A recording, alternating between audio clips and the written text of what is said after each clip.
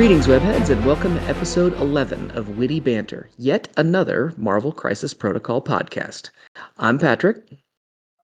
I'm Alex. I'm David. I'm your Huckleberry. That's getting better. We are here to help you have more fun with and get better at your Crisis Protocol. Before we dive in, I want to address some feedback we've gotten. We've been struggling with some audio quality for our recordings, and episode 10 was probably the most struggle we've had. This is all of our first attempts at podcasting and our first attempts at trying to figure out how to make it sound good. So we appreciate your patience as we're trying to sort things out. We're trying some new stuff. We have enlisted Craig's help, and I think with that, we should be having some dramatically better audio quality going forward. So we appreciate y'all sticking with us, and we're going to try to make the experience better, not only with the content, but also with not bombarding your ears with horrible noises as we talk. I think in our defense, it needs to be said that we're trying to record in the same room, which is presenting some challenges. That's true. It's kind of a rare thing. Most of these podcasts are just Discord conversations. Which is what we're doing now. Right. Partly because we're in different cities, happened to be this weekend, but in general, we try to. The birth of the podcast was that we would have our regular Friday night gaming sessions and then stand outside the geek room until 2 a.m. talking. And at some point in time, we got the idea of that would make kind of a cool podcast. And that's where this was born out of. It's a lot more fun for us, and I think it's a lot more natural for the underlying vibe of the podcast if we're doing it together. But until we get the technical ability to be able to do it in an acceptable audio quality, then we're gonna run it this way. So we'll keep working. We'll keep figuring it out. So a little business to take care of. Do want to thank Billy Nichols is a new itsy bitsy spider. He has joined us at Witty Banter, at patreon.com/Witty Bantercast. We really appreciate you joining the neighborhood, Billy. And for anybody else who would like to help support us in our podcast, you can come, and for as little as $1 a month, you can help us put this together and hopefully get the delightful and awesome audio quality that you are now luxuriating in. In addition to that, you get a whole bunch of other cool stuff, including you will be getting entries into our next giveaway, which will be after our next episode. Guys, what are we giving away this time? Your choice of Silver Sable and Shang-Chi, or Namor and 3-Threat Panther, because his actual name's too long to remember. Something Bast something. Chosen of Bast. I think that's it. Black Panther, Chosen of Bast, I think something that's like that. He's the chosen masturbator. Papa Panther is a problem, but I digress.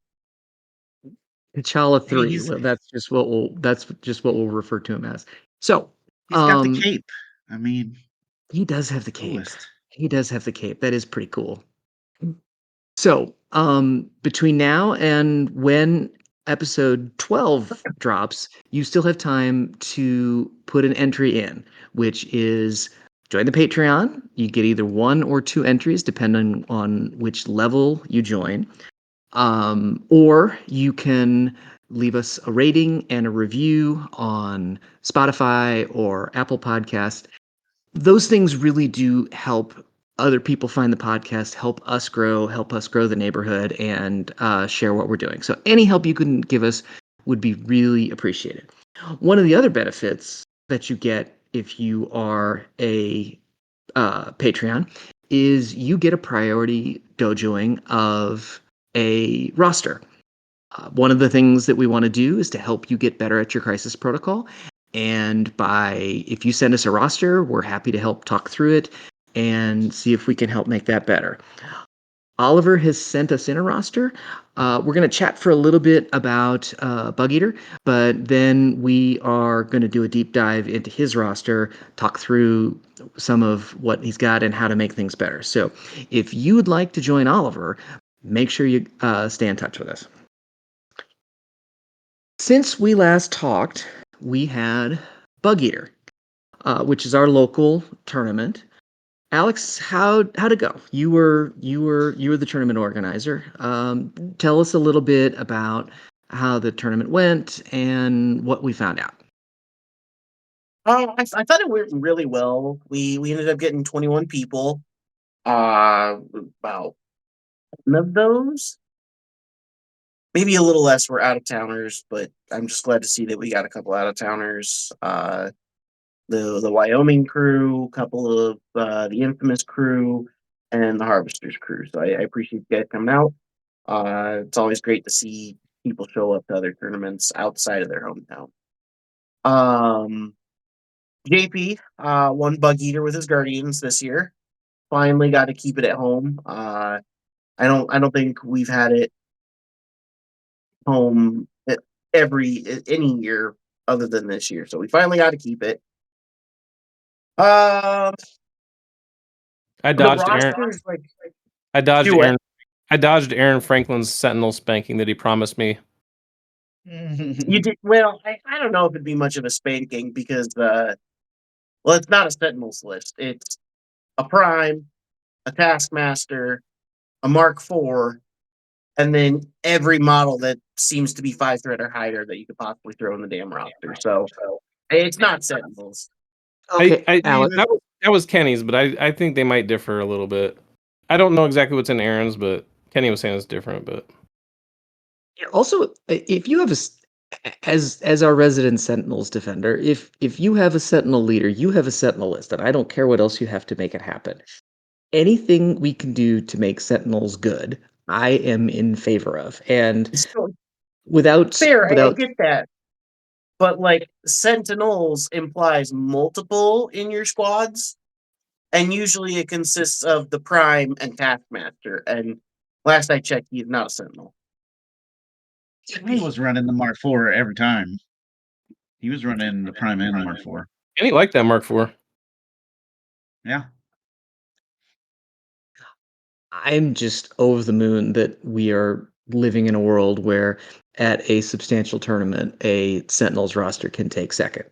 I feel like we've accomplished something at this point. So and long may the Stompy Boys continue. I mean, it is an accomplishment. I will say that, but it's also look at who played it. Kenny's a fantastic player. If you were to give this to a new player, they would have no idea what to do with it and would get destroyed. I mean, probably, but so what else did we take away from what else did we take away other than Sentinels are now awesome? What else did we take away from Bugeater?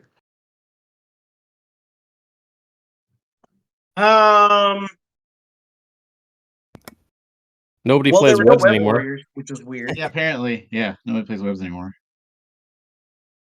Which is weird.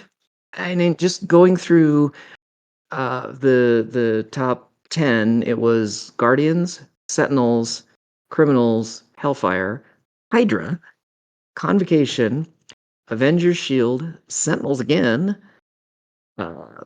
Shield, and Defenders Asgard, which is exactly what you'd expect to see from on a top 10 of a tournament, right? I guess. Not what I expected to see, but this year was weird. There really wasn't much meta.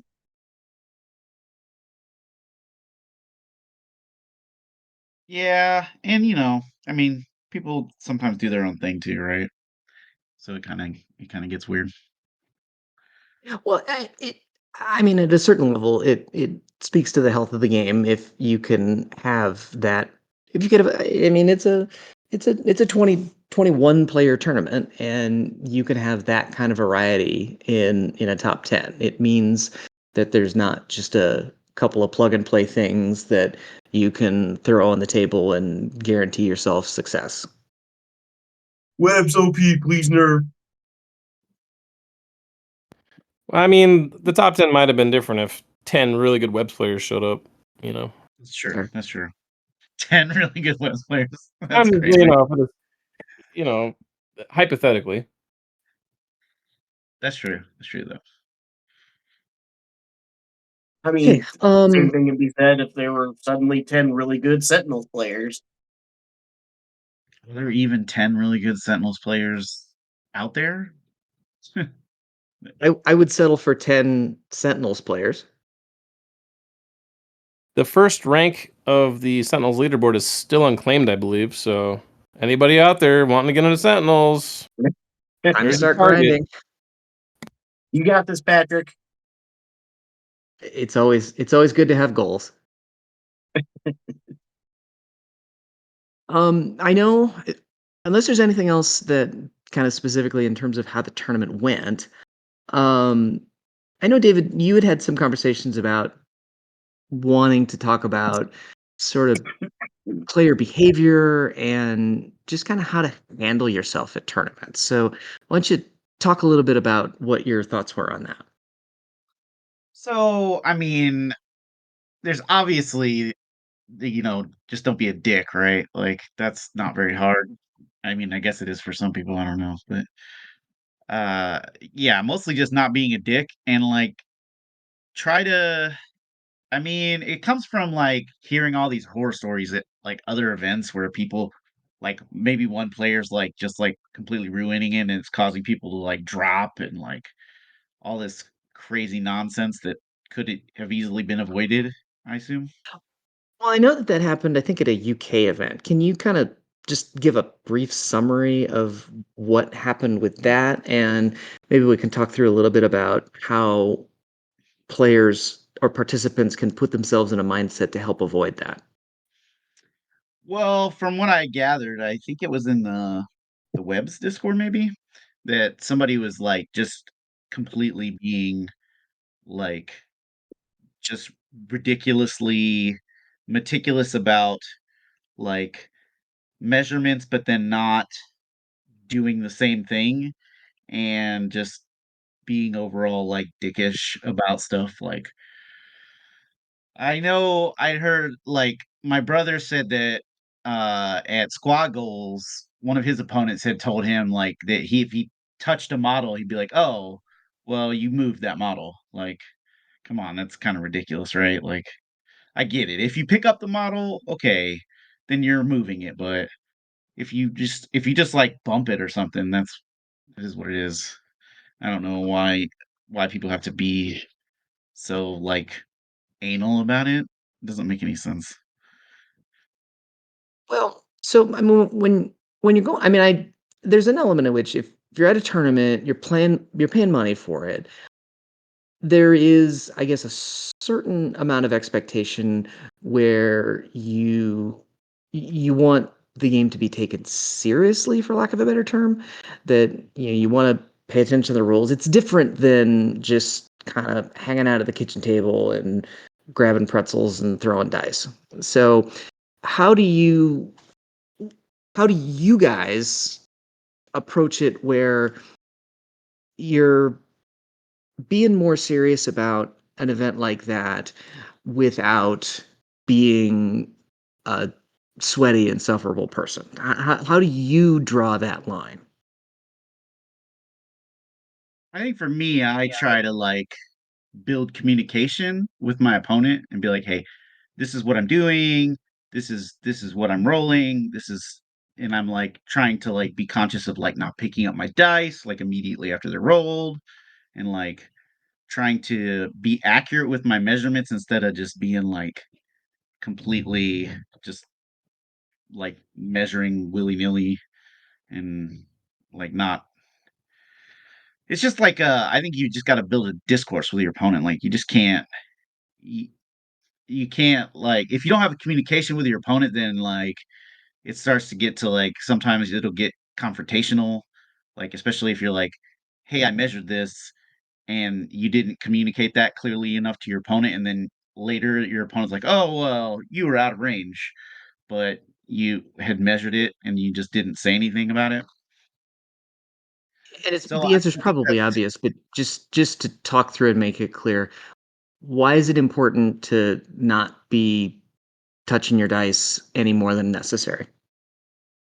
Well, I mean, because some people cheat, some people will flip dice, some people will just roll and say, "Oh, I blocked 3," but really they block nothing and they just pick their dice up. So like it's kind of one of those things. So you wanna be in a circumstance as best you can where you're building trust with your opponent. Yeah. I ran into that a little bit at LVO. I had an opponent who was rolling dice behind a size 5 building, and then he would roll exactly what I was rolling and then like pick them up and put them on the building after he rolled them. And he was getting a lot of crits. So I just started watching him closer. But yeah, it's kind of weird sometimes. You would think that like people wouldn't cheat in this game, but I mean, I'm not saying he did cheat. It's just like I don't know. Sometimes it's weird. Yeah, Did his dice sometimes it rolls is weird. happen to get better as you were watching him? They got worse, yeah. Oh yeah, oh, what a weird coincidence. Yeah, it's a little bit weird. Just slightly. It's funny. So, Alex, you were the tournament organizer for Bugeater, and you were acting as the judge as well. Uh, Describe a little bit of what the judge's role is to help keep a tournament going and help people feel like they're getting a fair game. So, just in my experience, I I I try to stay as impartial as possible and get both sides, like explaining the situation. And then I just kind of, unless I know the rule off the top of my head right away, instead of wasting time pulling up the forums rulings to dive deep into something that may or may not even exist, I'll just make a gut call what sounds right. Uh, I'm not going to be perfect. And who knows, later on when I do look it up to see if there's a ruling in the forums, if it's if my ruling was incorrect, I will gladly own up to it and apologize to the person that I ruled against. But ultimately, I'm not going to spend 5 minutes on a judge call that may or may not exist in the forum. Also, Well, if you call a judge over while the two parties are explaining it to the judge or while the judge is coming over, if you know that it's probably on a forum, you could look it up in the meantime Yeah. and let the judge see it as well. yeah. You can do something to facilitate a call in your favor. Especially if you know it's the correct call. Yes. Well, How do you and guys I feel? mean, I was gonna say, and always when in doubt, just call a judge. Don't try to argue with your opponent because that just it gets bad. You don't want to do it. It like creates animosity, and then you start like it ends up not good. It Do doesn't go anywhere you either. Nothing's resolved. Yeah, Yeah. so if there's even kind of a hint of a disagreement, even though it might feel a little confrontational to call a judge over, it's much more likely to get a resolution and then you can get back to the game as opposed to just having an argument factory between the two of you about something. well, and the judge is impartial, right? So I mean, you're gonna get the closest approximation to it as rather than just like bickering back and forth about how you think the rules should work. And like Alex, like you said, I mean, the judge is going to make a call, and it may or may not be the right call, and if you get a judge call that goes against you that you think is wrong, that's on you as a sportsman to just kind of suck it up and say, okay, this is the way we're going to go today, and I'll just deal with it.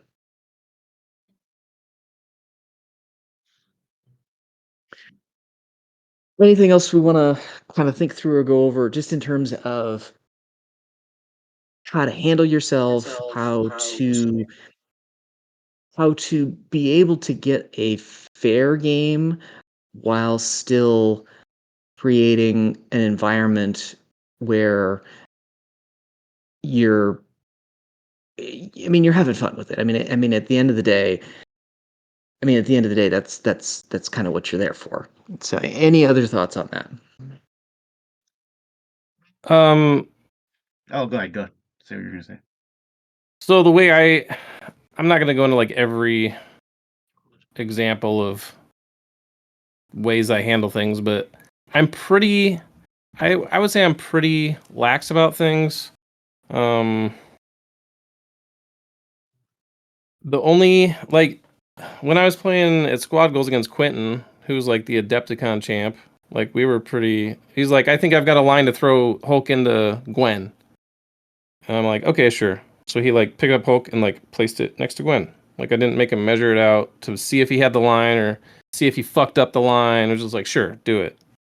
Um, Stuff like that. It's kind of like I'm not really anal about. And if someone like double moves onto something, they clearly have the movement. I'm not gonna be like, well, you need to use your measurement tools or whatever. If someone puts a character next to a point, next to a secure, I'm just gonna assume that they moved it to be on the secure, unless it's demons. Then I might ask them, do you want to be on the demon portal? Other than that, I'm just assuming they're on it. If they happen to be like a little bit off of it, I'm not gonna be like, oh, you were off, because that's just a dick move. The only time I get a little anal about things is like when something's very close. Like if they're if they're moving onto something, um, to like be within range, like onto a secure, or if they're like measuring an attack and it's like super super close. I mean, those can be very significant points in the game. And if it's close, it's like it's close either way, right? It's either a close hit or a close miss. So I might call a judge for something like that if it's super close. Other than that, I'm pretty lax about stuff. Well, and if you suspect that somebody's like cheating or measuring improperly or any of this stuff, just call a judge and say, "Hey, look, I think this guy is not being straightforward with his dice rolls. Could you stand here and watch him roll his dice for a little bit, or watch him make his measurements just to make sure that he's doing it properly?" That's a good way to handle that, at least. You guys have a lot more experience in the tabletop gaming than I have. And Crisis Protocol is a relatively new game. Um, are have other games, do they handle things differently? Does this particular community have kind of a different vibe to things like that than others do? Or I guess how do they compare in your experience? From my experience going from 40K to Marvel, um, Dice, kind of the same situation. You're not going to come across too many people that seem like they're cheating, I feel, with like dice rolls. But when it comes to uh, like measurements, I've come to find people in MCP tend to be a little bit more anal and sticklers to those kinds of things. Like, oh, you touch the model, you have to go with the model, or like so in some situations being super super anal about the pre measuring. Sometimes they get very very anal about that, and uh, it's not super terrible, but it is a little bit worse. Just because I don't know the answer to this, like I know in chess, when you touch a piece, you're deemed to have moved it. Is that an actual black letter rule in Crisis In Protocol chess, where once you've touched a model, you have to engage that model? I believe it is when it comes to movement. But if you're like pre-measuring attacks, no, it is not anything like that. Or places, like places, if I remember correctly, if you spend the power and place the tool and touch the tool, you're locked into the place, but you're not locked into like the direction. I'm not sure what the actual letter of the rule is. It says pick the model up and move it along the movement tool for like throws and, well, I guess for even movement. You just like pick it up and place it anywhere touching the tool. So I suppose that to actually initiate the move, you would pick up the model. I don't think actually touching the model there's not like I don't think there's like a set like time when the model. I think it's probably when you pick it up. Yeah, I think it is because you can definitely like put a tool down and just like go, okay, I'm measuring this. Yeah, like it's like sometimes you'll put the tool down and then you will like pivot the tool around the character, but you're touching the character so that the character doesn't move. And technically, if you're touching the character, then you'd have to move, but you're just doing it so it doesn't move on the mat backward. Yeah. And even then, I guess that's another good example. If someone picked up their model, placed the movement tool, picked up their model, and then said, "I don't want to do that," I would be totally cool with them putting it back. Because personally, I would be too. That wouldn't be a bother for me either. They did not gain any information by doing that. If they picked up their model, moved it to the end of the movement tool, made a measurement, realized they couldn't do what they wanted to do, well, now they've gotten more information by using that as a unit of measurement. So no, you can't put it back now. But if someone, even if they picked it up and started moving it along the tool, like I'd be like, that's fine if you want to put it back. I really don't care. I'm not there to have gotchas. I'm there for a good experience. I want a competitive game, but at a certain point, like if you're being too much of a dick, like it's not fun for your opponent. Yeah. And it's not good for the community. Yeah. It gets obnoxious. I will say though, if you're playing, you cannot use a pre-measure or a angle measurement for throws and pushes. If you're gonna do the throw or push, you've got to like pay for it before you measure or before you check the angle. Yep. And you can't have. Really dumb. Yeah, it is really dumb. Because you're not measuring. You can use the tools to check distances, but checking the angle isn't technically checking the distance. Therefore, you can't use it just willy-nilly. It actually has to be part of whatever you're doing, the throw or the push. After you've actually done the throw or the push. The other thing was, the templates. Like, I will say, if someone's using 2 movement tools, like, hey, you can't use 2 movement tools. Or 2 range. Yeah, I would Like, mention I'm kind of a stickler about that. Like, that's just the rules. I'm not doing it. I don't want you to do it.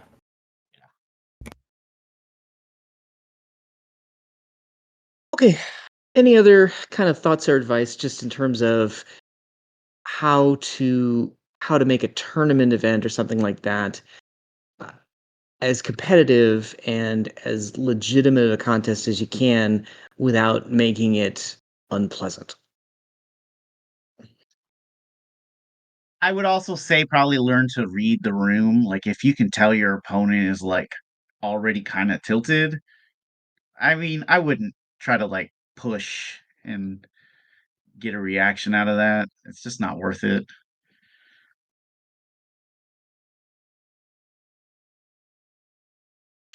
Well, and again, not having a ton of experience with other games, it does appear that dice in Crisis Protocol are sort of uniquely tilt generating.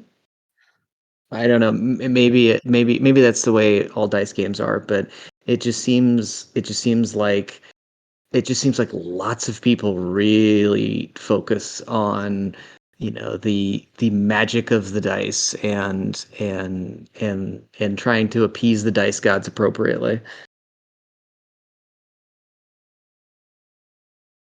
I think it's like you have fewer dice in the game, so they're more impactful.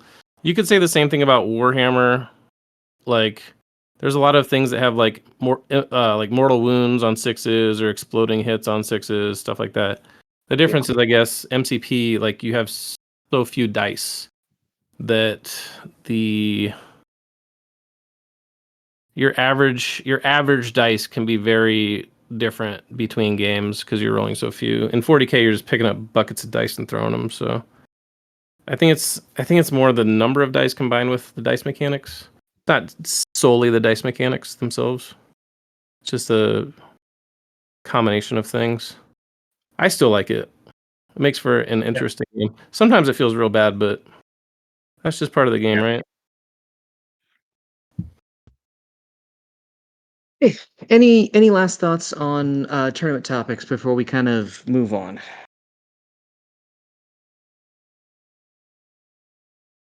All right. So, what I want to do now is let's focus in. We've got Oliver has sent us in a roster that he'd like us to dojo. And it works out really well. It's a defenders roster, so we can also kind of talk about some of the new characters that have been released. So let me just lay out what we've got. One roster I've been running for a while is my Defenders roster, and I'm looking to level up my roster picks and know what to pick for team tactics cards and crisis for the roster. With the introduction of the new Defenders characters and cards, I've decided to focus on a fully affiliated roster to get the benefit of Street Smarts and Mystic Ward no matter who I take. This is my current roster, and I'd love to know any feedback you have. My other worry is I don't have enough energy attacks and was considering that Iron Fist as that option. So, characters Daredevil, Hulk, Amazing Spider-Man, Ghost Rider, Wolverine, Shang-Chi, Silver Sable, Black Panther, Chosen of Bast, Luke Cage, Wong. Tactics cards: Cover Me, Mystic Ward, Street Smarts, Hero for Hire, Deal with the Devil, Exceptional Healing, No Matter the Cost, Mission Objective, Brace for Impact, Sacrifices. Secures, Sword, Mutant Madmen, Intrusions, Extracts, Research Station, Hammers, and Scrolls.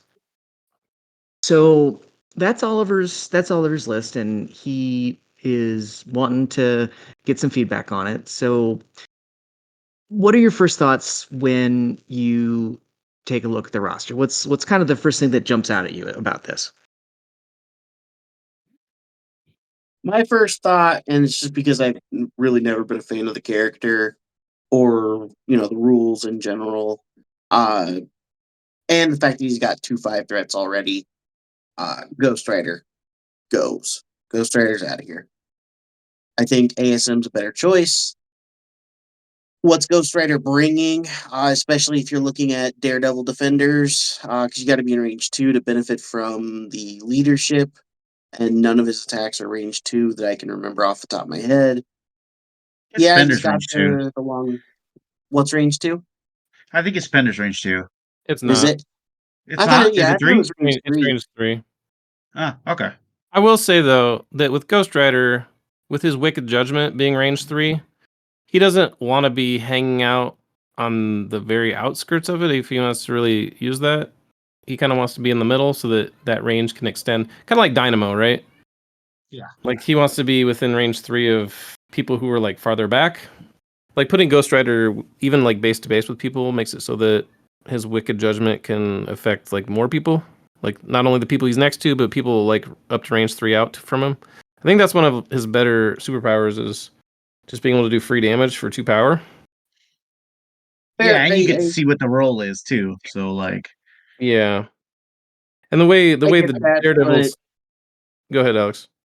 I get it. I mean, free damage is free damage, but I would still rather ASM over him in almost every circumstance. He's just better. I do like ASM on like a D or something. I don't know, like say something like researcher or like any of the E's. Like Daredevil kind of wants to stack, just because they're short range people and they're not like super mobile. So I think Ghost Rider is really good on an E, where he can just use that Wicked Judgment to hand out like hypothetically a tremendous amount of damage. Like when your opponent spikes, it's just like it's good, but it's good for them, but it's also just like a death sentence for them. Yeah. Unless they're attacking Ghost Rider. So let's take a step back. Obviously, since if he was playing a Defenders roster and he's just got Daredevil as a leader, then obviously it's just going to be a Daredevil list. So what in general does a Daredevil list want to do? How do you maximize a Daredevil list? Well, I mean, you probably look at. I mean, I think Defender's best affiliated characters probably Hulk. So you're probably trying to run Hulk as much as you can, I would think. Hulk is I agree good. with that. Hulk, benefits from Daredevil's leadership very well because he's got one attack that's not range 2. And obviously Hulk wants to be in the middle of it, in the thick of it, so he's going to try to get as many rerolls as possible. Well, and he can leap to put himself in position to get more Yep. rerolls. So, like, I mean, there's advantages. The large base is a lot. It increases your chance of being within range of more people. Yeah. I guess for me, there's a small elephant in the room with Oliver saying he wants to level up, but he's sticking to only Defenders. So Yeah. I think if you want to be like really fluffy, you could go 10 Defenders. But if you want to run an optimized list, I don't think you run 10 Defenders. Now, I think his thought process was that he wanted to do that to maximize some of the tactics cards. Right. Yeah. You could make that same argument for like a lot of the good tactics cards in say like Wakanda. Like Wakanda Forever is amazing. Why wouldn't you want to run all affiliated where there are times where you do want to run unaffiliated? Same with like all webbed up. Webs will run like splash characters. Avengers will run splash characters even though Assemble's really good. I mean, yes, these cards are very good, but I don't think it justifies a 10-man Defenders roster if you're wanting a completely optimized list. If you want to have like a fun and fairly competitive list, you can definitely run 10 Defenders, but in my opinion, it's not optimized. So I don't know how we're probably just going to build it with 10 Defenders. Maybe we can make suggestions for slotting out later if we're going to take it into like hyper competitive. Okay, so we think Ghost Rider probably needs to get put on the bench. How about the rest? I think Ghost Rider's good, but that's just me. Well, I think the first question we need to do is we need to look at the crisis and decide what crisis what crisis keep and which ones change, and then we could be a little bit more like In other we can words, easily evaluate who we're taking. Yeah. craft the roster to the crisis. Well, we know we're playing Daredevil, right? He's our only leader, so we're probably stacking. So we don't want stuff that's spread out. Yeah, I mean, so you traditionally first your thing I think, Gamma, yeah, I would think Gamma would probably almost be Demons. staple to this list. Gamma Demons, and I will say that with the genesis of what is it, Mystic Ward, I do like Fisk. Yeah, I was just gonna say that. I like Fisk too.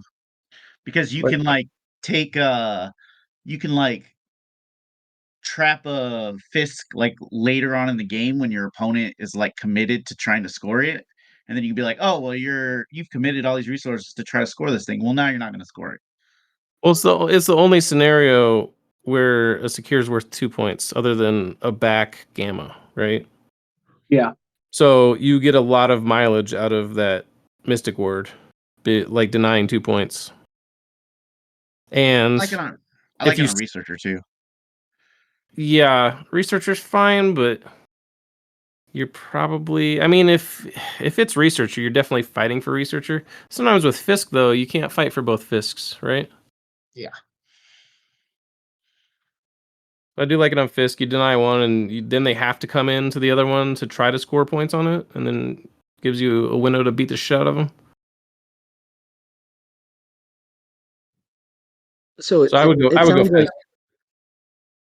When you got Hulk, right? So like you already got You somebody got Hulk, who's pretty immune to good on Fisk. stun. Yeah. Wolverine is immune to stun.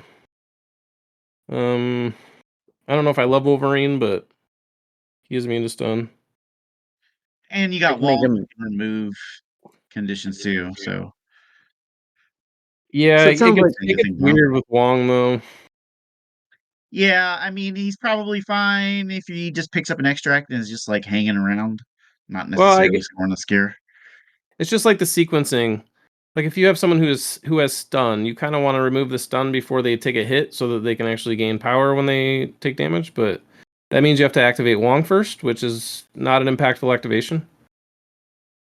Usually in a attrition list, your activation you're wanting to daze or KO one of your opponent's models who has not activated yet. That's kind of typically how attrition plays.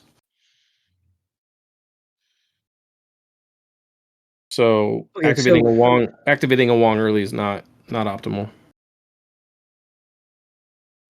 so it sounds like Fisk and Gamma would be additions. Um, what would we be looking at in terms of taking out in favor of those? I think you scrap all Well, of them. Well, maybe yeah, not I think intrusions. intrusions is Intrusions is probably arguable. yeah. The Like place is cool. demons is cool because like if you have Ghost Rider, right? You can cap points with him, not get incinerated. Yeah. And going back to optimizing the list, Bill obviously would probably Always come in. will. Always Bill. I mean, Bill getting rerolls is fantastic. Like Yes. that Bill, guy's so power starved. Like getting rerolls to generate more power to snowball his kit is really good. But and he's he not like super consistent either. What's that? Well, he does and like the. Go ahead. He's not super consistent, so Yeah, like you just whatever I you mean, get is what you get. yeah, he has a 5 dice builder. It's not amazing. So if he can get, plus he has a medium base, so he's got a little bit of radius on his range 2. Yep. So like if he can get like 2, maybe 3 rerolls, he's doing all right. Like that's pretty decent. Well, and he's pretty comfortable living in kind of the Daredevil's band or Daredevil's leadership band to be able to get those rerolls too. Yeah, I well, think. and Yeah, you're also you're incinerating them for free with the demon portals. So like that's also good too, right? Like you're lowering their defense. yeah, yeah. If they want to cap him, Yeah. have at it. But Okay, so if go ahead. I don't know if we're cutting Ghost Rider, but if we cut Ghost Rider and we're building like a themey list, I don't know if you go demons. Maybe you do go intrusions. Um, but I don't hate Sword in this situation. Sword's a super close I sort of wouldn't call it situation. super close. I mean, it's closer Close. than Madman. It's closer than any of the D's. I Is mean, sword close? it's a low I guess bar. is sword Not close it. enough where the fight's going to get pushed to the point where you can maximize Daredevil's leadership? I guess that's really the question. I mean, it certainly can. But the other thing is, I mean, I guess it also depends on like it's 15, so you got to have a good 15 plan, I think. Which I mean, there's some good 15 plans in there, but I think that's also something to consider. But it's also 4 points, and 4 points can get like scoring teams who can like flip those things pretty easily. They can run away It's with true. it. Yeah, that's true. So kind of what I'm hearing is Gamma Gamma kind of for sure. Fisk kind of for sure. And then sort of season to taste from there. I mean, maybe you do sword, maybe you do demons, maybe you do intrusions. Does that kind of sound like about where we would land on the secures? I think you could make an argument for. So Fisk is just in my head cool with the Mystic Ward. I don't know how good it plays. I don't play Defenders, and obviously I haven't played Defenders with Mystic Ward on Fisk, but it seems cool. And typically Fisk is just kind of awkward for everybody. So if you get good on playing Fisk, you have a team that's good on playing Fisk, you kind of have an advantage there. Typically teams just don't want to play on it. It's because its stun is annoying. It's hard to play. Fisk is hard to play. You can kind of screw yourself. It's also 16 threat too, which is like not a lot of people design teams around 16 threat. It's kind of rare. It's that and paranoia. So, or I guess Yeah. Black Order Descends as well. But I forget that mission even exists, to be honest. Descends. Yeah. Yeah, I mean we don't have a lot of webs players, so yeah, I think it's probably. I mean, I would probably take demons if we're keeping Ghost Rider and we had Bill. Yeah. You can make an argument for intrusions over it if you're not gonna do that. But probably Gamma Fisk are the other two, and then either intrusions or demons. And if Fisk actually doesn't work out very well, you could swap it out and just have the attrition, the Gamma, demons, intrusions. Just run the strict three points.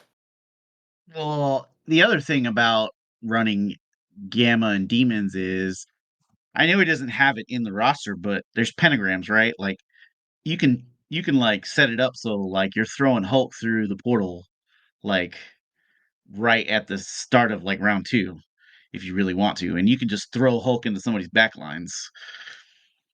Yeah, that's kind of one of the things I wanted to talk about. I don't really like Wong in this list unless you're bringing portals. If you don't want to bring portals, I would cut him for something. Yeah, yeah. If you needed two, maybe like I don't know what you want to bring. Nebula, maybe. I don't know. It's probably Bullseye. Bullseye. Bullseye's weird though, because he really doesn't want to be within range 2. No, he No, doesn't. not But at all. he doesn't really need the rerolls either. So he Yeah, that's just is true. an attrition-y too, right? I don't hate Honey Badger in the 2. Yeah, She's she's gonna good. be up in their face, giving them negative defense, getting rerolls, taunting for 2 Alex, points. tell us how much we should hate Honey Badger. Play 2 points down, you'll do better. So what do we think about the extracts? I mean, researcher seems obvious.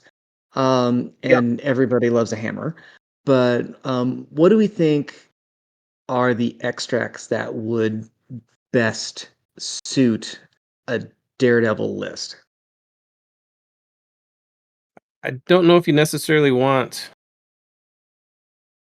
alien ships because you're wanting to be within range 2, and then when the ship blows up, you're taking extra damage.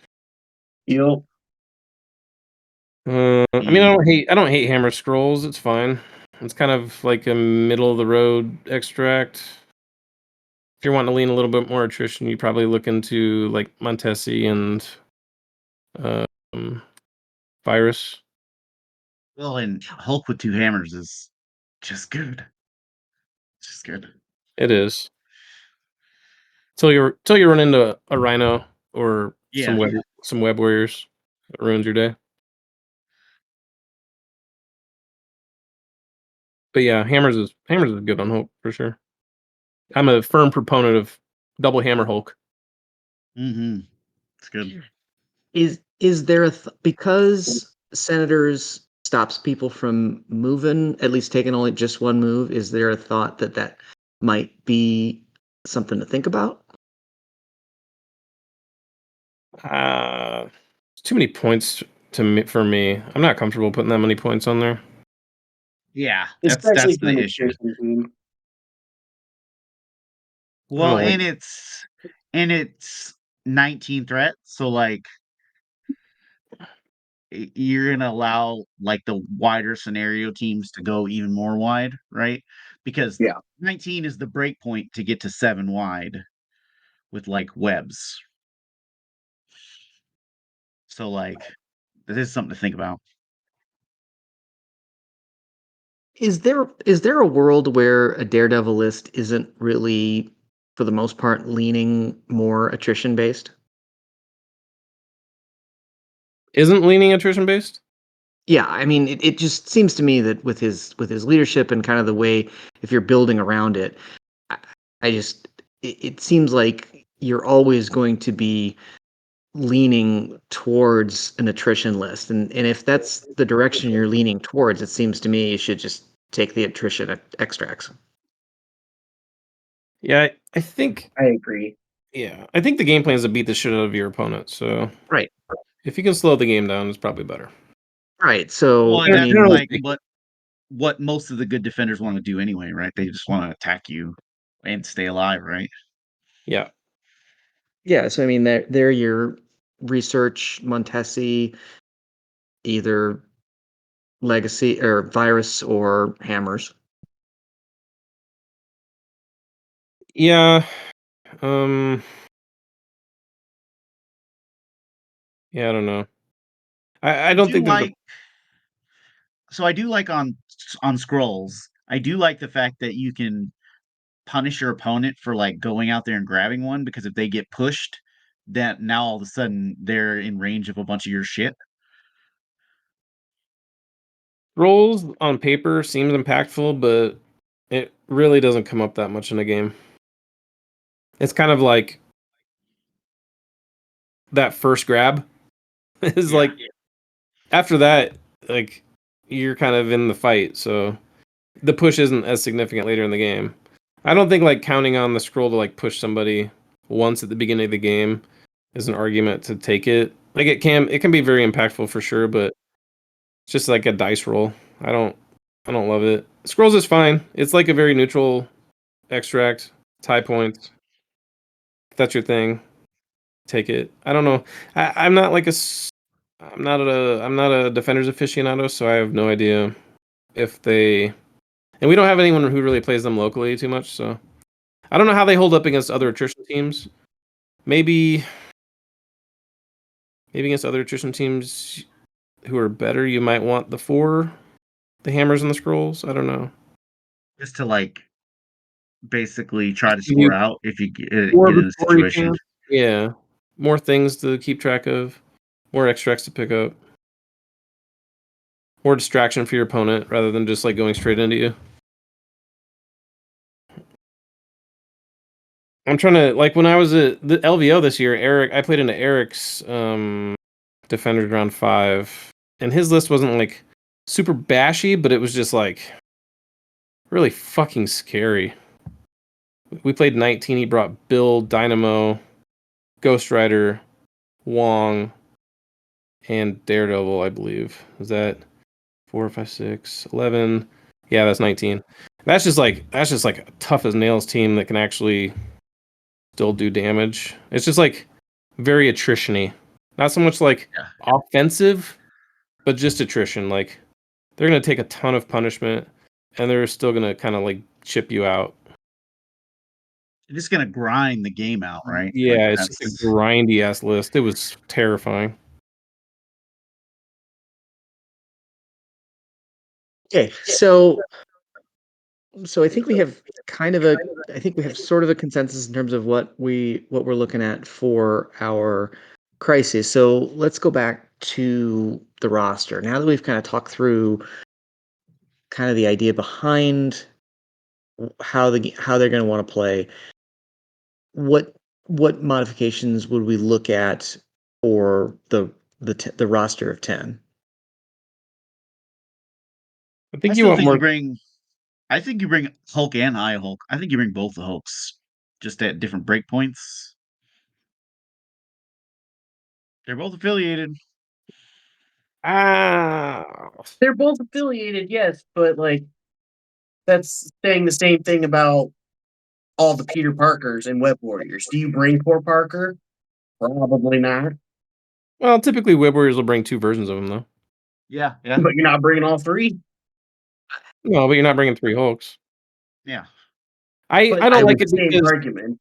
I feel like OG Hulk is just kind of better in most circumstances. Agreed. And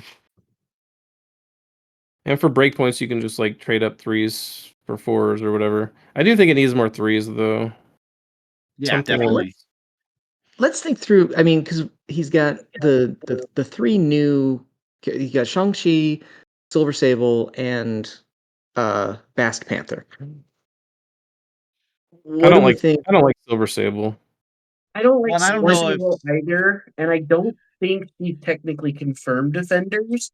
So going along with his roster building, staying all defenders, she'd be the first to go technically. Well, let's say presuming she's a defender. JP, why wouldn't you like her in this list? Well, she doesn't take advantage um of the leadership at all. I guess she could and hang out on she your back E or something, but for 4 points, I just don't really think she's pulling her weight there. well, and she doesn't want to be in the fight as well. Well, that's what I'm saying. She'd just be a back point sitter. You could use your 2 for that. Yeah, or you could take Hawkeye if you're really that concerned Yep, about you having take range Hawkeye. 5. Suppose you could Because take then at Hawkeye. that point, it helps with 3 threats, and it brings up his other concern, having few energy attacks. Hawkeye gets to pick both energy and physical attacks. And he hands out conditions, which attrition teams love the fact that conditions just make you worse. Okay, so we think Sable might want to hit the bench. What do we think about Chosen of Bast?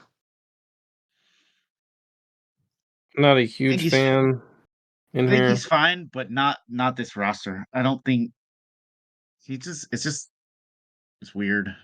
I want to see Valkyrie. I think Valkyrie can utilize those rerolls very well with Agreed. her She's gonna Warrior of be Legend. she's gonna be my next suggestion for an ad. Warrior of Legend can make those rerolls really, really freaking good. Yeah, it can. Okay. Well, Okay, and so she's got the online charge. So like Yeah, I mean, you just good. move charge with like a couple rerolls out the gates to like power her up, and It's then pretty next good. round just start beating ass with Warrior of Legend rerolls. Pretty good. okay, I do like so it. maybe we swap Valk for Silver Sable. Um, what? And David, you said that it sounded like it was kind of a consensus that the new Black Panther just didn't really fit. Is there something specific about it, or is it just there are other threes that are better? Well, I think you want to take advantage of the fact that he has stealth and like hit like you're moving into 2 to like you're basically making the stealth like non-existent by trying to go into people. I think he's much better in an affiliation where he can kind of either like headhunt and go after like weaker characters, or I mean, other than that, I don't really know what else he's doing really. So Yeah, we talked about he's kind of flimsy. Yeah, 5'5" he's with 3 up defense. I don't know. I'm not sold on him. I mean, he I can do think some even damage. He can definitely do yeah some damage. yeah for sure. But I don't know. I don't think I don't think I love him. There's other I mean if we're getting the splashes too, like there's just Yeah, like better characters. Zemo. Yeah, Zemo could definitely be in there to give. I mean, if you're like stacking characters on a point to fight, like getting that range 2 reroll off of Zemo is, man, that can add up to a lot of rolls. It can.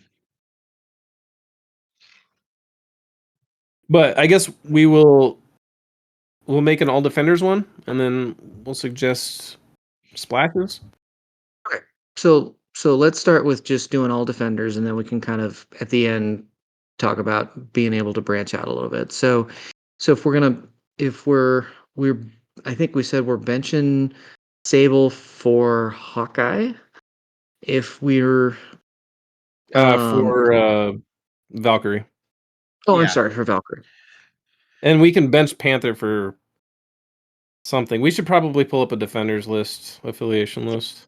That's so if we're gonna if Sable is Sable, we're gonna sit for Valkyrie. I know we talked about Hawkeye's affiliated and having a 3 threat sit on the back and hand out conditions and have an energy attack, which was one of the things that he was thinking of. Maybe that's a tool you want in the tool belt.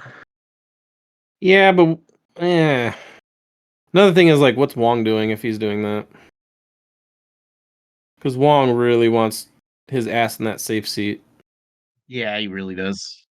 And it's tough to have 2 characters babysitting the same point. It gets Yeah, I mean weird. Hawkeye's losing out on the rerolls. I don't know. It's just it is kind of awkward to try to build the Daredevil list so that everybody's getting the rerolls. Because then like who's on your back point? Because you're running E's, right? Yeah. Although the other thing is like if you're on demons, who's on your back point? Ideally, I mean, it's probably Wong, right? when they're getting incinerated, so it's probably Wong. I don't know if you necessarily want an incinerated Hawkeye back there because he's already kind of made out of wet tissue. Um, yeah, I don't know. Well, the other thing is like if you're running Wong, you got the portal on the back point. You can kind of like do some funky shenanigans with the portal.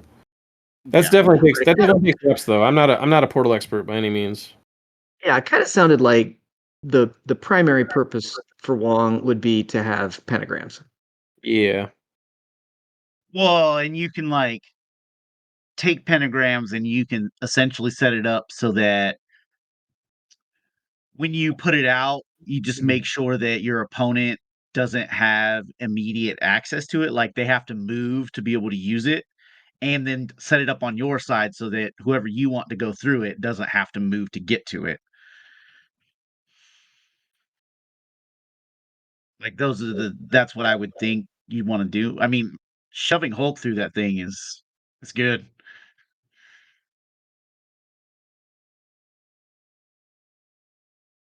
And I don't even mind shoving like Daredevil through there either. Like it's not terrible. Yeah, I don't know exactly how you play pentagrams to be honest. You have to play kind of cagey and then you like explode round 2. Um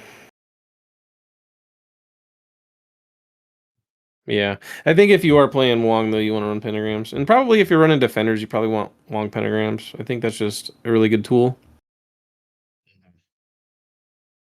It is a range 5, like, well, that's more than range 5 because you can set up the tokens to like and the range 1. Yeah, it's basically range 6 if there Yeah, was a range essentially. 6. That's a long way.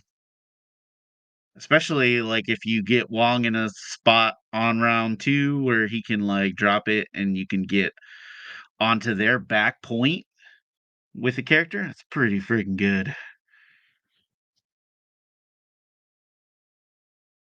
I also don't know if I like Wolverine. He's okay. I don't hate him. He's defender. He likes the rerolls for the best at what I do, but Well, and it seems like if you're gonna play Fisk, Wolverine's a good option.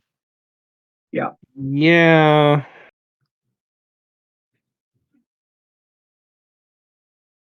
But I don't know. I feel like it could probably be a different scenario. Well, You're a different character. let's kind of look through the defenders roster and see if there's like anybody that we would want to see more of. Is does Ancient One play into Daredevil's leadership? Is she someone that we want to be think we should be looking at? Actually, I And kind of like Ancient One. Ancient One. I like Ancient One too. Her attacks are good. Attacks are real good. I forget she's And a she's got the defender, to be place. perfectly honest. And she generates 2 power right out the gate. Like, She has a range to attack and martial artist, so she really wants to be up in that grill. Yep. Yeah, she sure does. And she's like good into the webs meta right now. Mm-hmm. She can chase. Her spender is really good.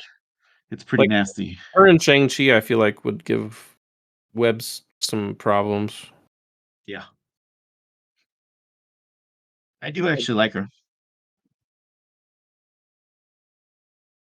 And I mean, I play Wizard, so I mean, I like her. So we're proceeding under the assumption that Daredevil's the only defender leader that we're bringing. Is there a circumstance where you want to have original Doctor Strange as an option to flex into? I don't think so. Just because I think both those leaders are different enough that you make different rosters around them. Agreed. And it puts Yeah, pressure. It puts pressure on a single roster to try to shoehorn two different rosters into a single roster that has two leaders already taking up spots. It Kind of a gets real Kingpin too tight. Shadowlands scenario. Yeah, way too tight. Yeah, And I will. And Strange being a 5-threat leader, those are always tough. he's just not. He's starting to show his like age. Like, Because he's old. yeah. Like I think his character is fine, but he's not amazing. I don't know. He's definitely Well, how not. about He's not a great like. His leadership is fine. It can do. I mean, Hex is good, but I don't know. well, It's kind of a weird spot. how about the other Doctor Strange then? How about Supreme Strange? Is he a I don't think defender? he Mhm. is. I don't think you play him outside of convocation though. I think he's just too fragile. Yeah.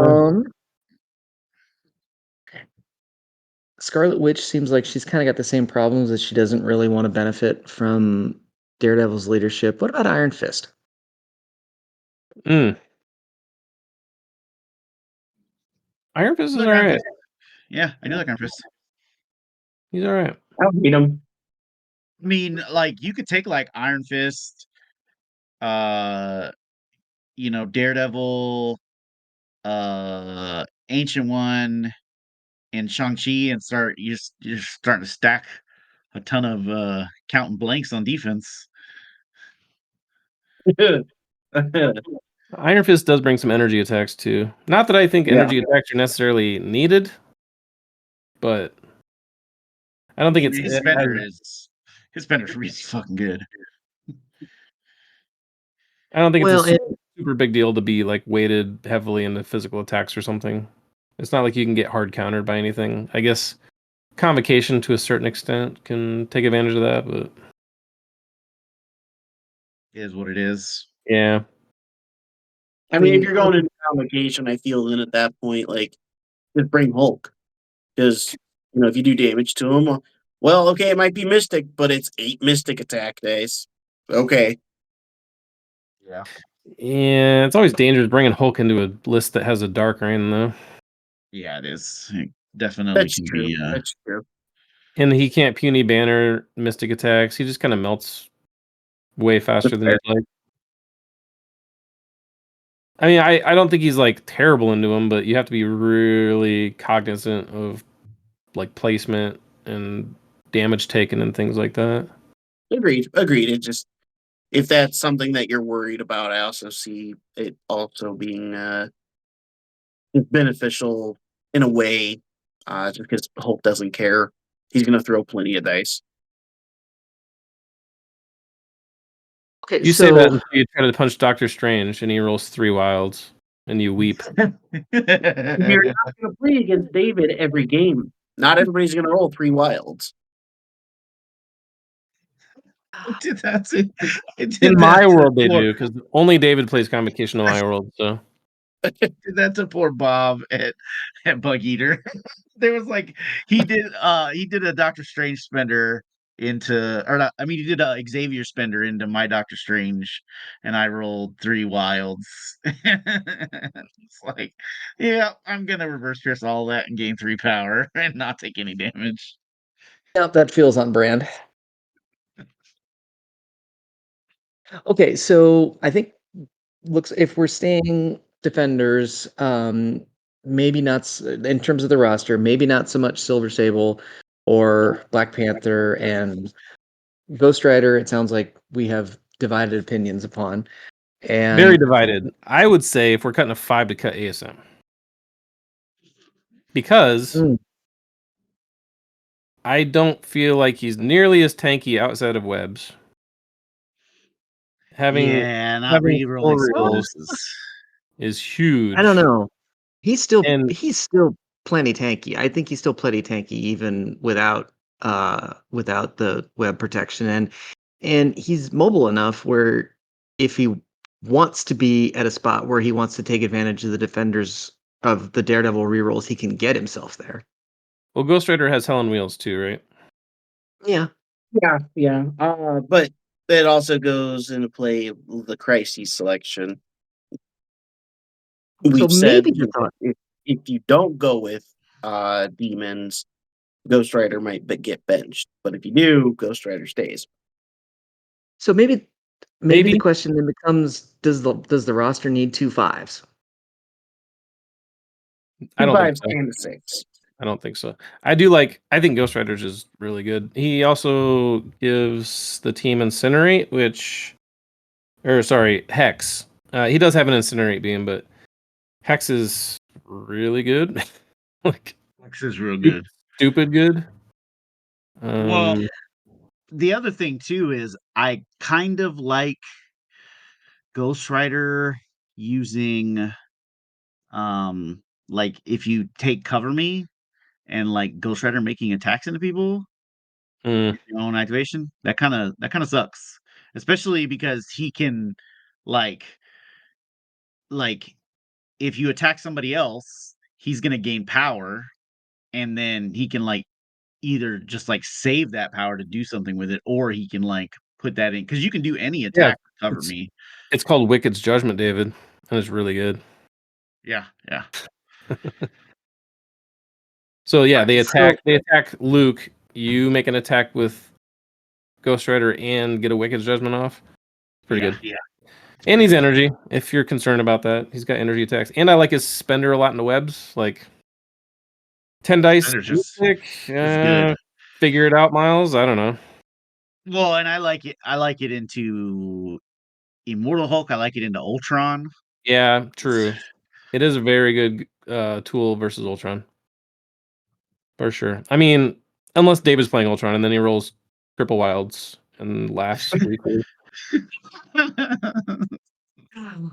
So sounds like the advice is drop Sable, drop Panther, maybe drop one of the 2 5s, and then take a look at Ancient One and Valkyrie and Hawkeye.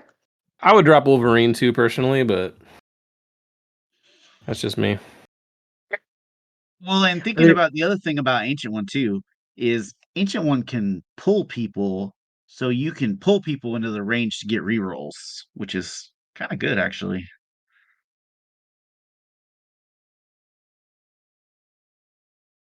So we've been going just all defenders. If we're going to be suggesting some splashes, what are sort of the obvious best splashes that would work with Daredevil.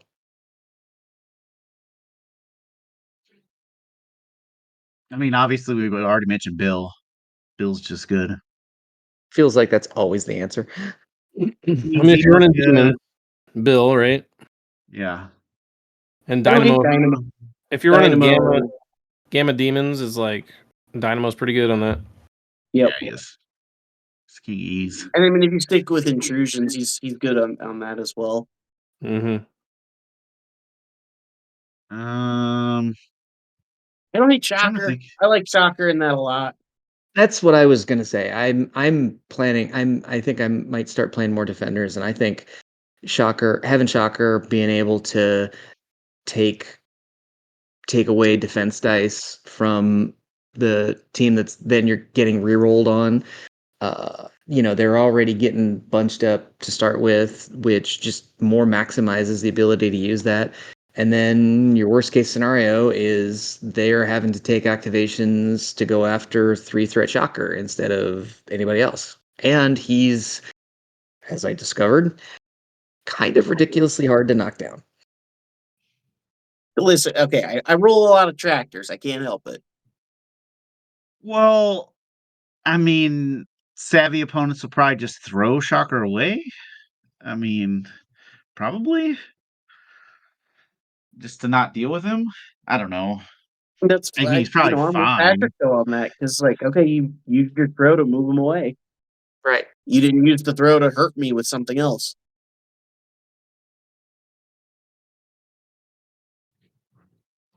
Anyway, I know when I go back to when Shang-Chi comes out, I'm gonna start playing defenders again, and I know I'm gonna be putting Shocker in my list. So we saw Shang-Chi spoiler finally on his backside. He does look kind of like a baller. He's pretty freaking good. He's real good. I was I like him a when lot. David Croc beat him yesterday. I was afraid of that spender. That's why he was my surprise webhead target. You're afraid of the spender. It's Interesting. I mean, the spender's really good. A Rhino. Yeah, it is. I am. So Rhino just disappears to a 10-die mystic attack. Yeah. 10-9 mystic attack that you could get rerolls in with Daredevil. Yeah. Yeah. And with his tactics card. Well, there's 2 hits. Yeah, that's good too. And he's adding blanks from within 3 for everything Mm-hmm. on his defense. Yeah. He's pretty good. Okay. Good.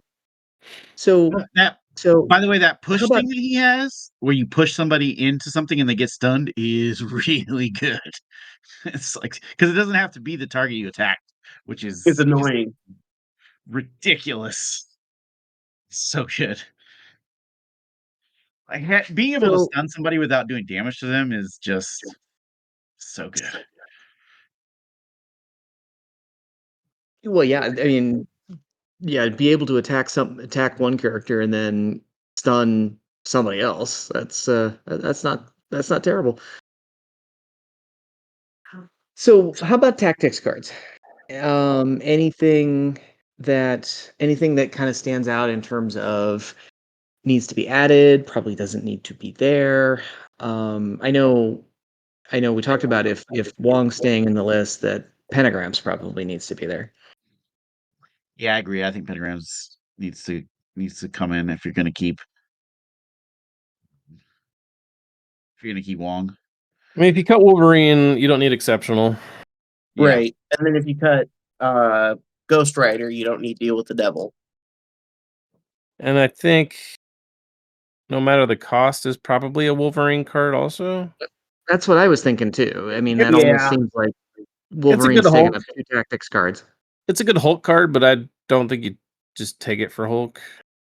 I don't hate it on Ghost Rider if Ghost Rider sticks around too, though.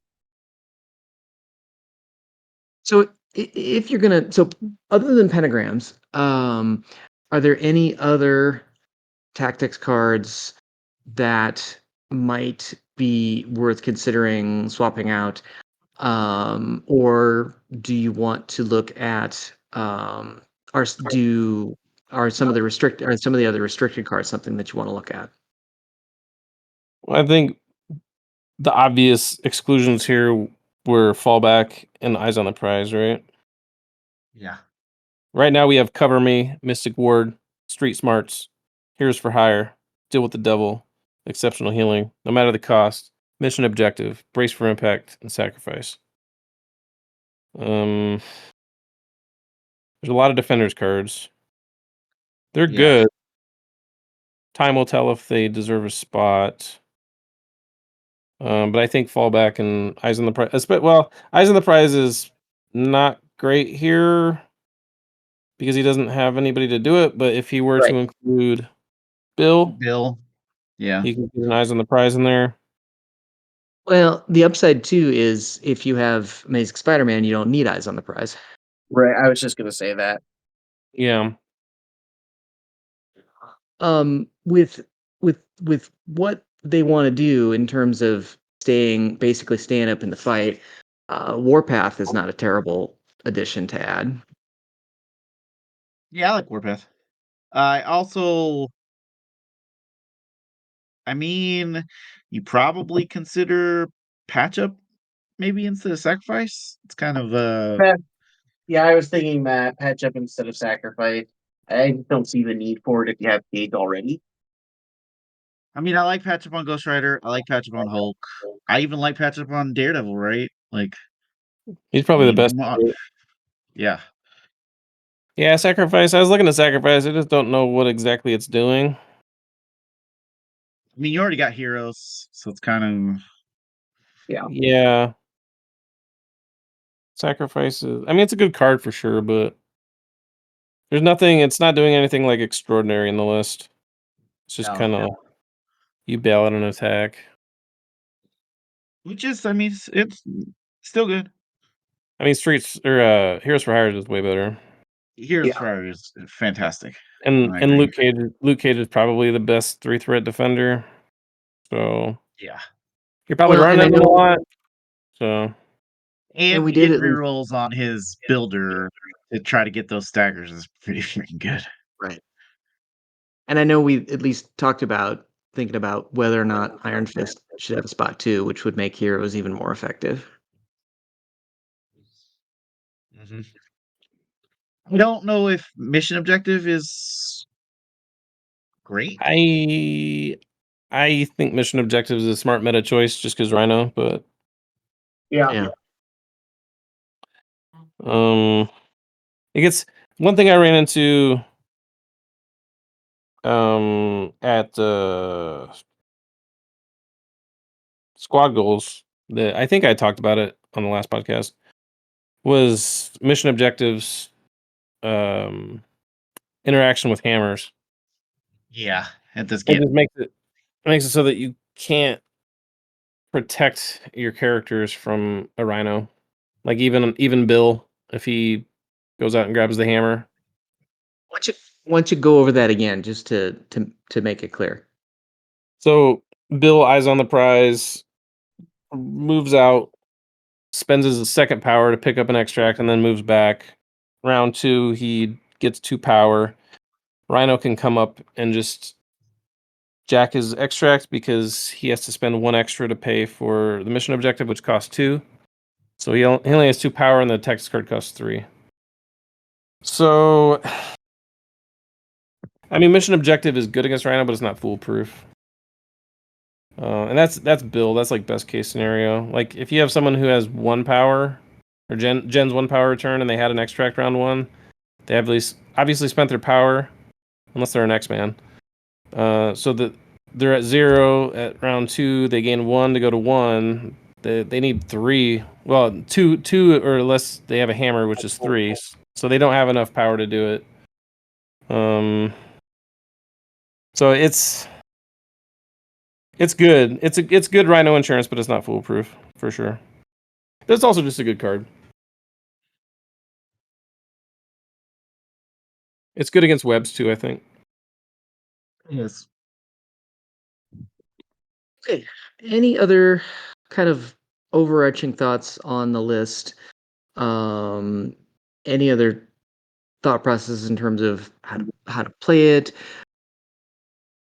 Well, maybe here's something to look at. So say you're playing this list and you're sitting across from a webs team or someone that wants to score real fast. What's your plan? Depends on whose security you land on. Because you're gonna need more mobility if you're on D's, right?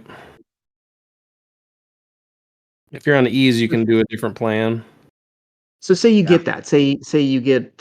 You're going up against webs and you're on a big spread out map. What's I mean, you're not happy, but Obviously, you're what running Daredevil because he's the leader and he's a long right? mover. You're probably Seems bringing like a real good Shang-Chi because he's got a charge and he's mystic. seems like And a he good place can for mystic web. ASM Well, ASM or Ghost Rider, either one are fine. or Ghost Rider. True. Yeah, I Ghost suppose Rider, that's true. Ghost Rider's fastest. Valkyrie has a spot there too with her charge. Is Ghost Rider the only character that can pivot between a D without burning an action? Mm, Because he can, on a large base, a long move gets between two Ds, right? I know it doesn't on a medium base. I'm not sure. I think he does. Never measured it. I And mean, it would only be between two because you'd have to be on the yeah, insides, but he could cover two spots, right? That's half yeah. the secures. If that was the case, if he can get there between there with one superpower long move.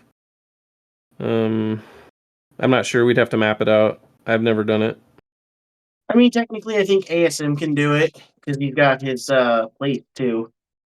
Yeah, I mean, any of the characters that can move, like Miles can do it. Miles can move and then web swing and then be on the other point. Yeah. But he's sacrificing an action. You're asking if there's anyone who can Yeah, I think retain both actions and pivot between points. it's only him, right? It has to be.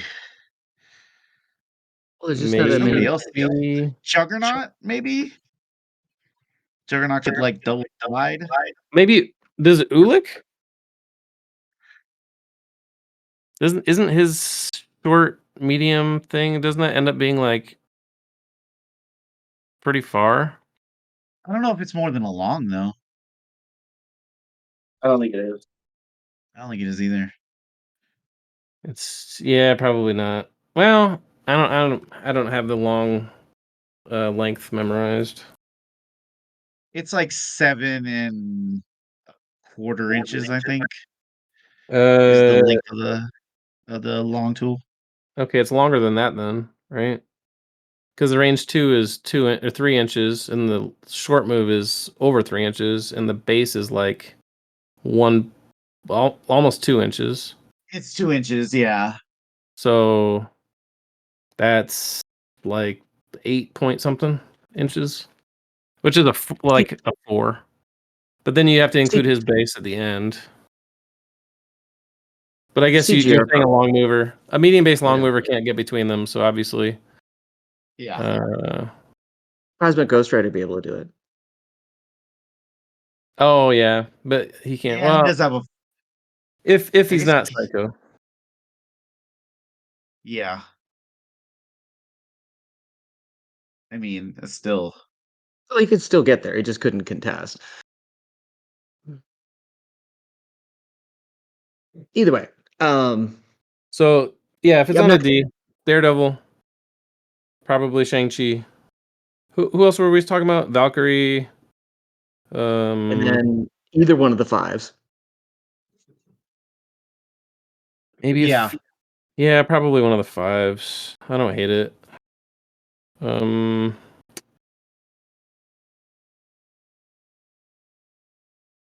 don't despise Wong either, right? He just kind of hangs out on a point.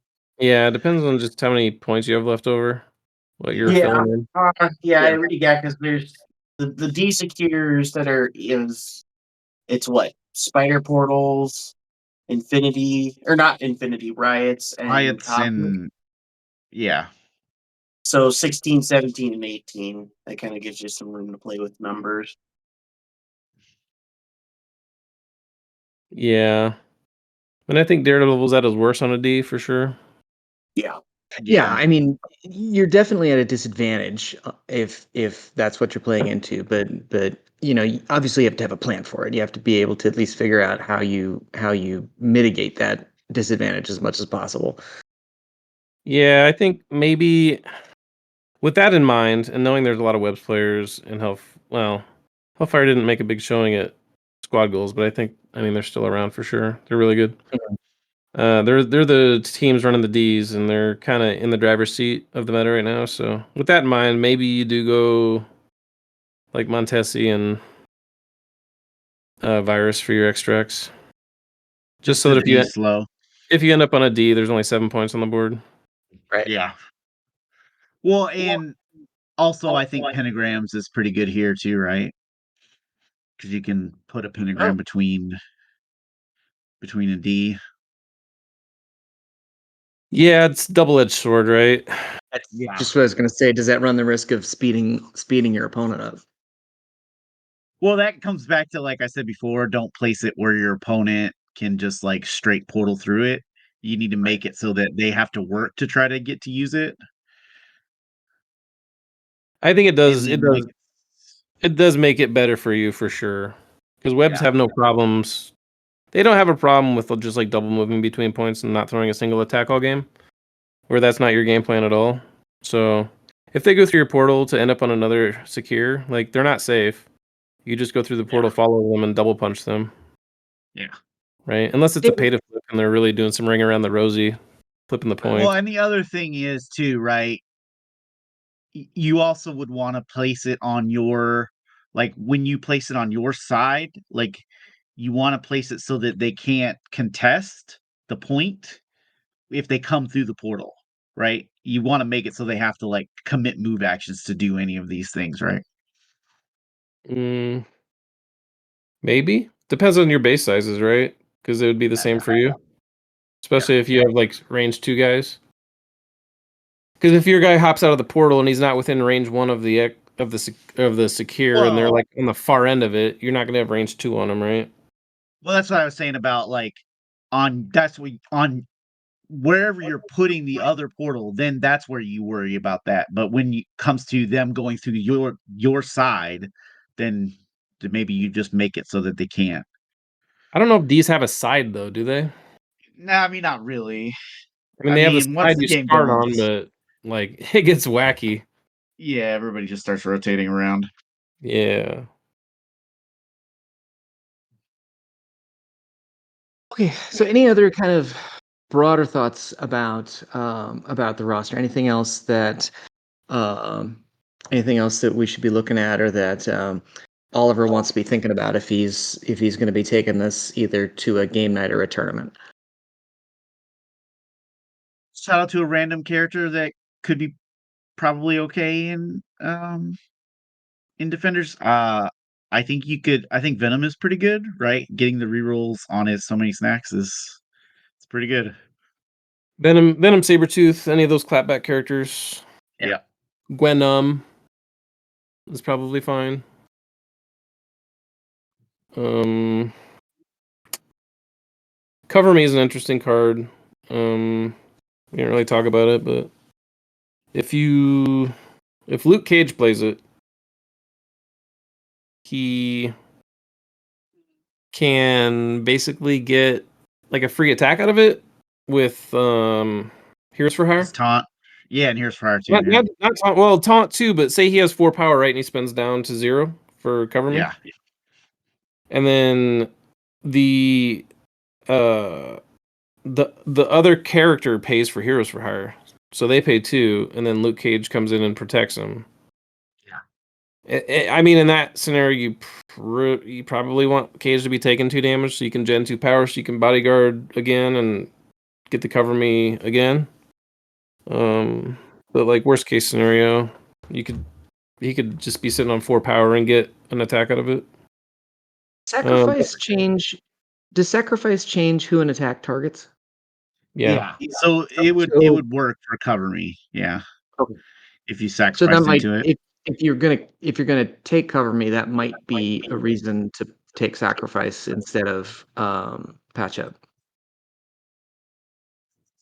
Maybe. The thing is I think it's really good on Luke, especially. Yeah.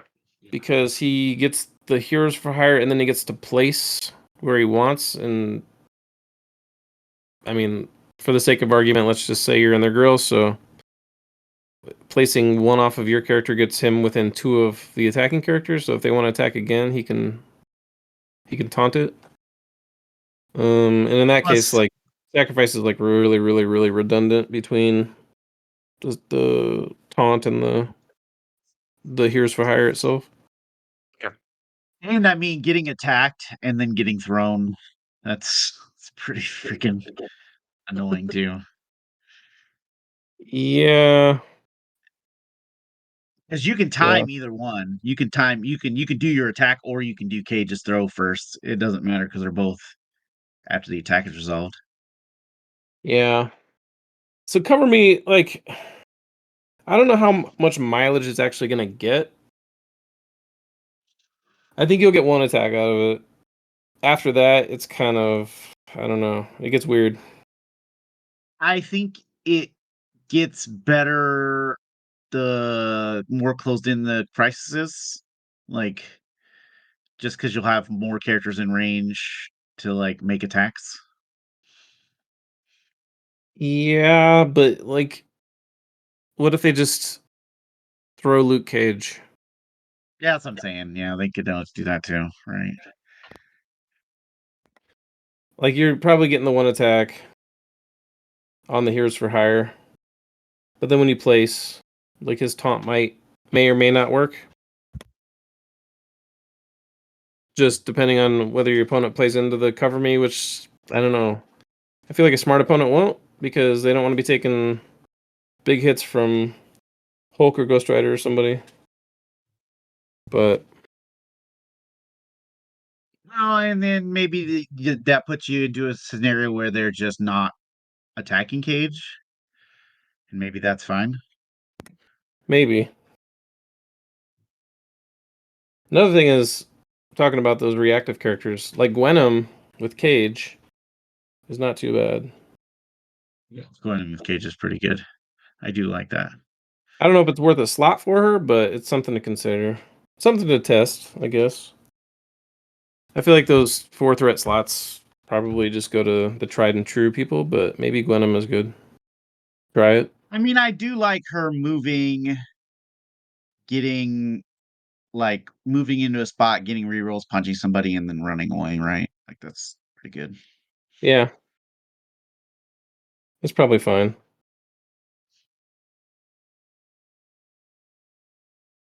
Okay. So what is Any other? Oops. Sorry, JP. what does our final draft look like? We're looking at Daredevil, Hulk, ASM / Ghost Rider, whichever one you want. Shang-Chi, Cage, Wong, and then what? Valk. Hawkeye, And we had a kind of a. It was. I think we had a choice between Valkyrie, Hawkeye, or Hawkeye, Ancient One, or Iron Fist. Oh, Ancient yeah, One. Yeah. And Iron I do Fist. like the Ancient One. I do like her. She's good. I I'd have think. I'd have to math it out, but I feel like you'd probably want to go a decently wide team. Not like crazy Mhm. wide, but I feel like getting more of those rerolls is pretty good. Yeah. Yeah, it does seem like Yeah, I would say like 4 seems like 4 models seems like a magic number for them. yeah, kind of like I guess in some ways like Sam, the more models you have, the more effective your leadership is. Well, yeah, because Yeah, you can only use the leadership once a turn, so the more activations you have, the more opportunities you're gonna have to use leadership. I suppose that's true. Plus, you have, I mean, you also have a Hulk, which may mitigate against you going too wide. yeah. I mean, Hulk at 20, you could still go too wide comfortably. Good Daredevil Hulk, 2 3s and a 4. Mhm. Or 2 4s and Wong or whatever. Yeah, I don't think we came to a consensus in terms of what the actual 10 would be. I think we just gave Oliver some things to think about and some options. It Yeah, does kind of it's sound just- like I was just Yeah. gonna say, like, it's tough giving a straight consensus on what models would be best, just because they're very similar to Avengers, where their roster just has a lot of good characters for their affiliation. Well, and it's good to I mean, it's good to give some options. I mean, it's, that way, Right. he's got some things to think about and can kind of figure out which way he wants to go, or can try 2 or 3 things out and see which best fits his play style. Yep. I mean, I this is do think all theoretical for us too, right? Because it's not like we Right. have a lot of experience playing Defenders, and they got a bunch of new stuff that we haven't even like, I haven't Right. seen covered on the table. I just have Yep. an idea of what it does. Yeah. It did sound like we had a pretty good consensus that you just kind of go with the sort of the standard attrition secures. Maybe with maybe with fiddling with whether or not you want to mess with Fisk or not. Yeah, I think I would be tempted to cut Mystic Ward if I wasn't taking Fisk. Yeah. I just don't know how impactful that card is at that point. Yeah, the only other crisis it seems like would have at least some game to be would be on Researcher.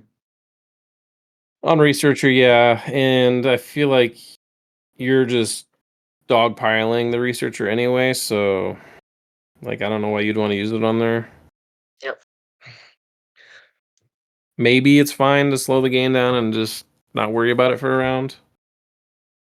I don't know. Yeah, I Stuff to mean, play it with. could be a good way to like stop somebody from being able to score out and drag it Sort of another round. use it defensively. Yeah, it might be fine. It's just one of those cards where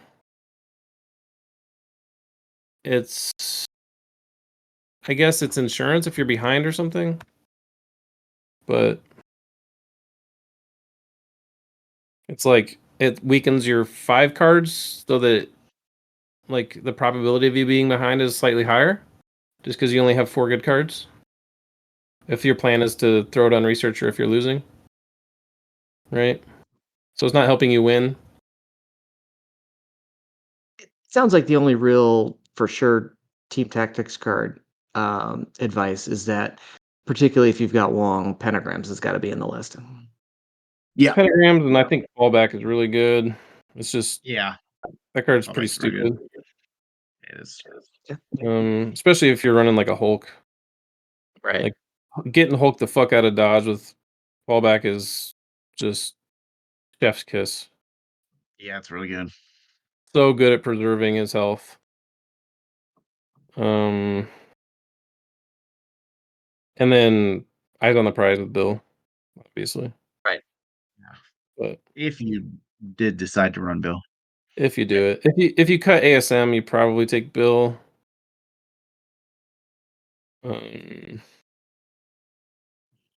Yeah. I do like Ghost Rider, but that's just me. I like ASM too, don't get me wrong, but man, if he rolls a skull or two on his defense, he's just done. Yeah, he can feel it True. coming bad. That is true. Okay. Any other final thoughts before we kind of wrap things up?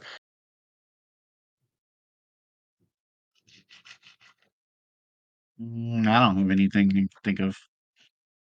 All right. Well, thanks again, Oliver, for sending that in. We appreciate it. Hopefully this helps. We'd love to hear back from you after you've had a chance to get a chance to try some of these changes out and give us some feedback in terms of what the new defenders and what the new defenders cards feel like. I think we're all kind of waiting to hear that.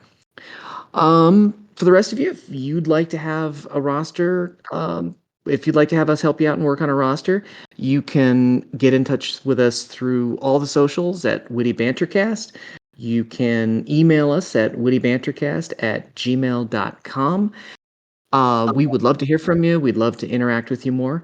And you can also support us at patreon.com/wittybantercast. We will be announcing the giveaway winner for the next box on our next episode. So if you haven't gotten your entries in, please do so. Either join us on the Patreon or leave us a review and a rating on either Apple or Spotify. Thanks again. Thanks for listening, Webheads, and until next time, be good.